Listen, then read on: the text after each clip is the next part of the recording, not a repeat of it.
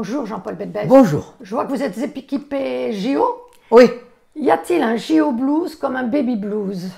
Écoutez, c'est la question qu'on se pose, parce qu'il y a effectivement un baby blues, après la naissance de l'enfant, il y a une chute de tension chez les mères. Puis après, les choses s'améliorent et reviennent à la normale. Après la tension que nous avons vécue en France avec les JO, on se demande si les choses vont revenir à la normale, et c'est donc l'interrogation que nous avons tous aujourd'hui. Mais alors, à quoi peut-on s'attendre? Effectivement, il peut y avoir des questions, il y a des questions sur le court terme, le moyen terme et le long terme. À court terme, on verra si la consommation repart, on verra si plus de touristes viennent et reviennent. Et donc la croissance et l'emploi? On verra si peu à peu, effectivement, la consommation repart, la croissance et l'emploi repartent, et donc le moral repart. Et après? Que pensez-vous qu'il va se passer? Et après, c'est pas dit, encore une fois. Ce qui va se passer, c'est que, a priori, on va tous étudier ce qui s'est passé. C'est-à-dire, on va regarder ce qui s'est passé dans la communication, dans les échanges, dans l'utilisation des systèmes de jeu, de transport, la protection.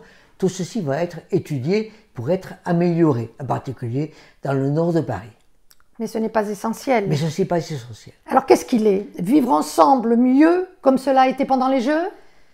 L'essentiel, c'est effectivement de voir quels seront les effets à moyen et surtout long terme de ces Jeux.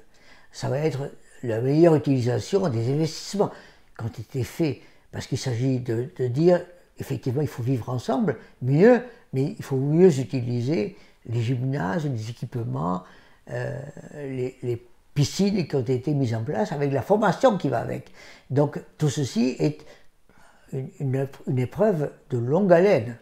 La deuxième chose qui me paraît extrêmement importante, c'est d'essayer de voir comment nous allons insérer les populations handicapées dans la population entière, française entière. Et c'est là qu'on attend les Paralympiques. Enfin, et c'est même encore plus important, l'égalité homme-femme. La France a choisi d'avoir autant d'hommes athlètes que de femmes athlètes. Espérons que ceci va être continué par le futur pays hôte. En fait, le fait que la France devienne une nation plus sportive est effectivement essentiel pour mieux vivre ensemble, et même pour sa croissance. Absolument. Mais encore une fois, ça n'est pas donné. Et c'est donc une sorte de mentalité que nous devons avoir pour être en meilleure forme, en meilleure activité, et éventuellement peut-être un petit peu plus optimiste. Et le blues disparaîtra? À ce moment-là, oui. Souhaitons-le. Merci Jean-Paul Bedbez.